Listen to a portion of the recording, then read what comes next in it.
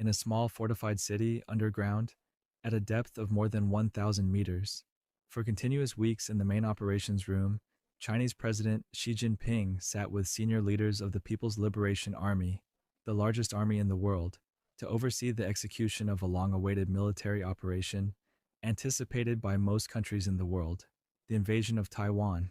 After 3 weeks of intense exchanges between American and Chinese forces, and after severe losses for the American Army, including the loss of two aircraft carriers and more than 200 advanced fighter jets and thousands of soldiers and officers, the American leadership, in a state of shock, decided to launch nuclear strikes with limited tactical warheads on Chinese military and political targets in Taiwan and in some Chinese cities. Of course, China did not remain silent and responded with a nuclear attack on some of the most important American military assets in the Pacific Ocean, and more importantly, on some cities and states on the West Coast. These attacks resulted in the deaths of tens of millions of Chinese and American civilians. After several more weeks of fighting, the American leadership decided to enter into ceasefire negotiations and withdrew its forces in exchange for China retaining Taiwan. What I just told you is not a fictional story, but a scenario in a war game organized by the Center for Strategic and International Studies, which is one of the most important American research centers. They conduct war games regularly and publish the details and results in a lengthy report at the end of last year, December 2024. The teams representing China and America played the game in the 2024 version 15 times. So why the repetition? Because each time there are new decisions, and the teams representing China and America learn from the previous times. Out of these 15 times, China initially struck American forces with nuclear weapons 7 times. In all these instances, both teams were very focused on answering two fundamental questions. What factors could create the greatest pressure, leading America and China to use nuclear weapons during the Taiwan War? And what will happen if nuclear weapons are used? I don't want to talk much about the details of the game, which has some scenarios with notes due to the natural bias present in any entity. What I really want to talk about is the nuclear weapons used by the team representing China to strike America. Look, folks, in short, China currently has the fastest growing and one of the most advanced nuclear arsenals in the world. This arsenal has increased significantly, reaching currently 600 nuclear warheads. According to the latest reports from the US Department of Defense, the Pentagon expects it to reach 1,500 warheads within 10 years from now, by 2035. In addition, China is developing weapons of all types and sizes to carry these warheads, apart from the storage facilities, test sites, and others.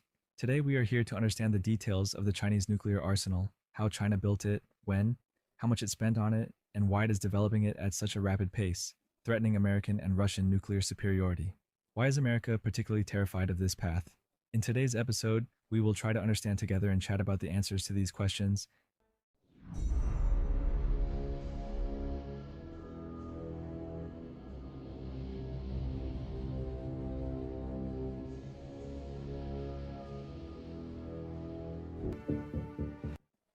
What you saw was on the morning of September 3rd in Tiananmen Square, the largest square in the world, when Chinese President Xi Jinping showcased the massive power of the People's Liberation Army with a military parade considered the largest in modern Chinese history.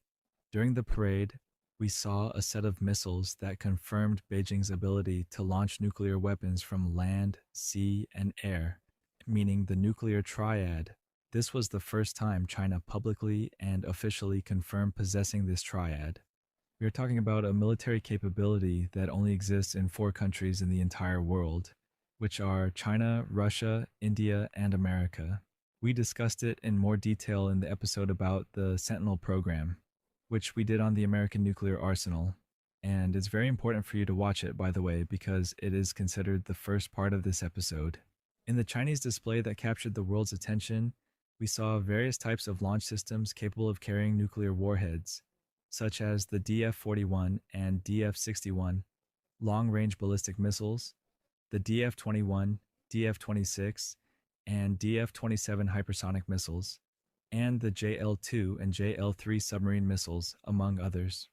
But what might surprise you is that despite this development, the Chinese nuclear arsenal was one of the weakest and smallest nuclear arsenals in the world, and there was no comparison between it and the arsenals of a country like France, for example. I won't even mention Russia and America. How is that possible? I'll tell you. In the 50s, during the escalation of the Cold War, when the Americans and Soviets were fiercely competing to develop the largest and most powerful nuclear bombs on the planet, the Chinese were not interested at all in the nuclear arsenal.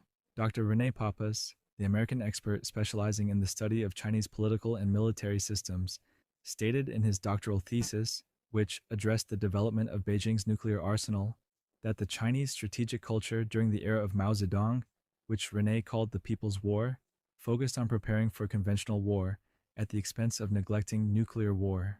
The lack of interest reached the point where Mao called the nuclear bomb by the name that became famous through his words, a paper tiger.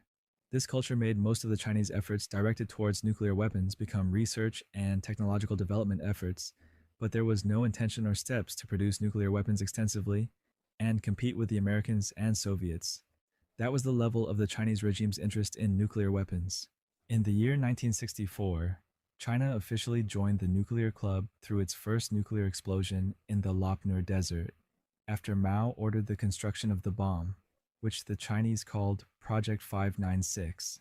The Lopnur Desert is part of the Xinjiang Uyghur Autonomous Region, which most of us know by its more famous name, East Turkestan.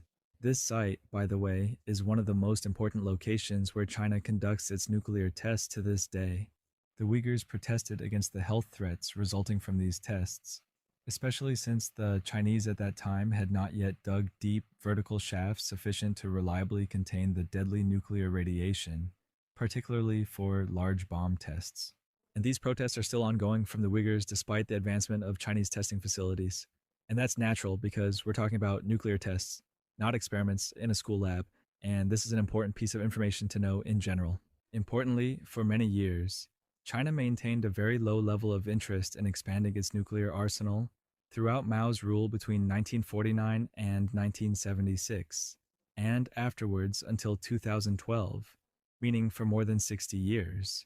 To understand the extent of Chinese disinterest in the nuclear arsenal during this period, it is enough to know that, according to declared data, from the first Chinese nuclear explosion in the year 1964 until the end of the Cold War, China conducted 45 nuclear explosions compared to 210 by France in the same period and 715 by the Soviet Union. And how many for the United States? 1,030 explosions? This Chinese military doctrine indifferent to nuclear deterrence was erased as soon as Xi Jinping took over in 2012-2013. When the Chinese president first took office, one of the main things he focused on was the complete restructuring of the Chinese military and raising the defense spending budget to record levels. This is considered one of the most complex and extensive military restructuring and rebuilding operations in modern history. Of course, one of the most important weapons that Xi Jinping focused on was the missile force, which before the restructuring he carried out was called the 2nd Artillery Corps. After the restructuring, it became known as the People's Liberation Army Rocket Force, and was transformed into an independent branch equivalent to the other three main forces, the land, naval, and air forces. Currently, we can consider without any exaggeration that the rocket force is the most important weapon in the Chinese army.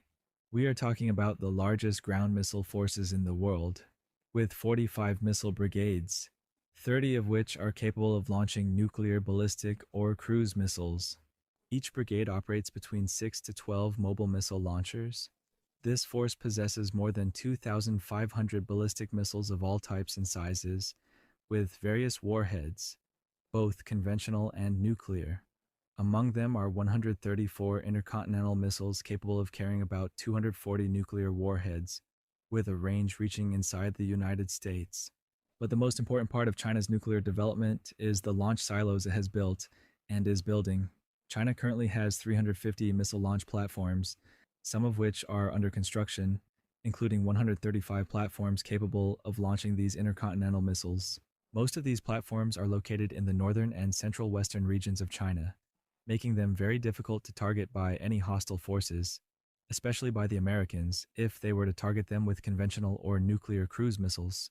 In addition to producing thousands of missiles and building hundreds of silos, China has invested in constructing regional missile storage facilities spread across the country, with the central fortified storage facility located in the Qinling Mountains in eastern China.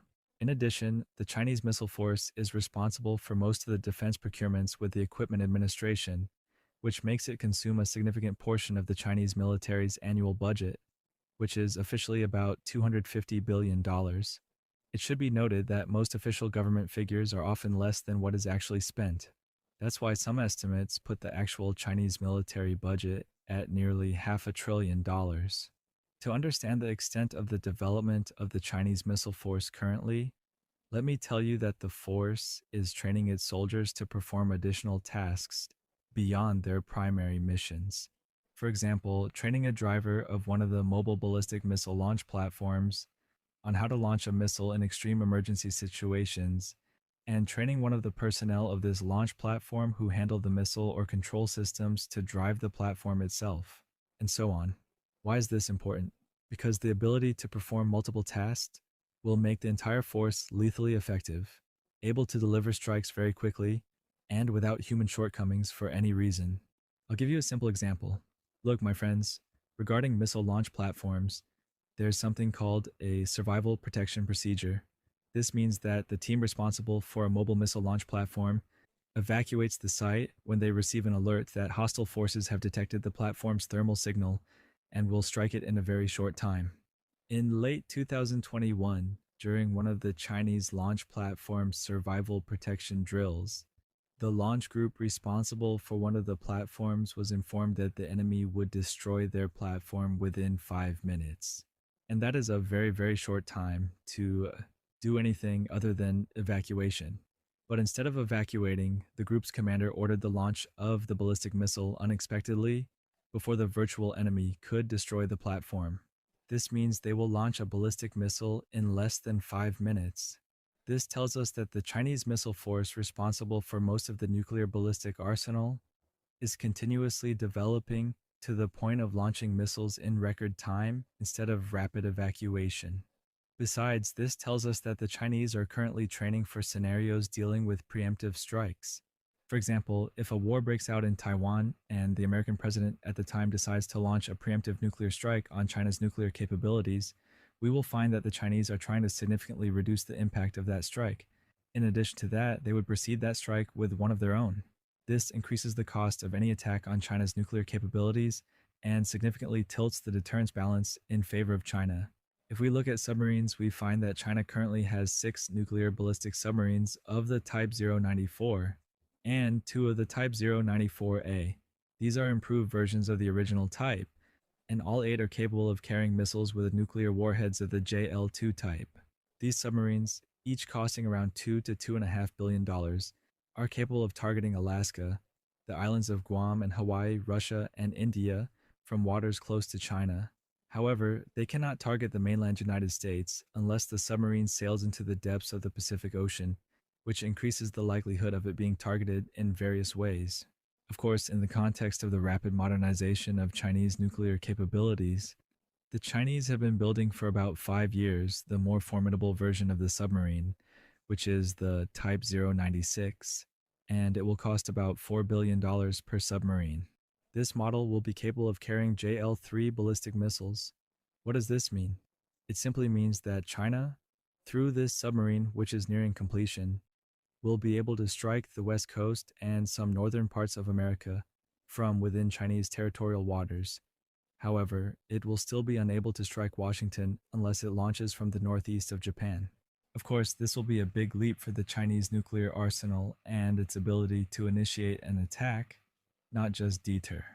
As for the bombers, China has developed a number of nuclear bombs that it can launch from its bases.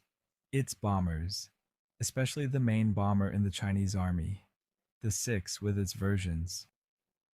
However, modern military planning in recent years tends not to rely heavily on bombers due to their relative ease of being targeted, intercepted, or shot down compared to the other 2 legs of the nuclear triad, no matter how stealthy the bomber is. This leads us to a very recent Chinese trend in the last few years, which is the attempt to miniaturize nuclear warheads. Military experts, especially in America, say that what China wants most for its nuclear arsenal is this miniaturization. And if the Chinese develop new missiles that are more accurate in hitting any target, their scientists can reduce the power, size, and cost of the warheads. Reducing the size of nuclear warheads could make Chinese submarine missiles more destructive. It is currently believed that each Chinese missile carries about 3 warheads, compared to the American Trident II missile, for example, which can carry about 8 nuclear warheads. Reducing the size of the warhead could also enable China to develop hypersonic warheads, capable of bypassing American defenses. In March 2023, the commander of the U.S. Strategic Command, STRATCOM, General Anthony Cotton, expressed a similar view, saying that China is seeking to match and, in some areas, surpass the quantitative and qualitative nuclear parity with the United States. And he said that Chinese nuclear capabilities have long surpassed their declared policy, which has not officially changed, of minimum deterrence. And he added that China's capabilities continue to grow at an alarming rate. This statement is somewhat accurate. If we look at the map of nuclear Web 2024, we will find that China is the second largest spender in the world after the United States, with an amount reaching $12.5 billion. I don't want to take up more of your time. In conclusion, I have a question for you. In your opinion, if China decided to annex Taiwan suddenly and a war broke out between China and America, who do you think would defeat the other?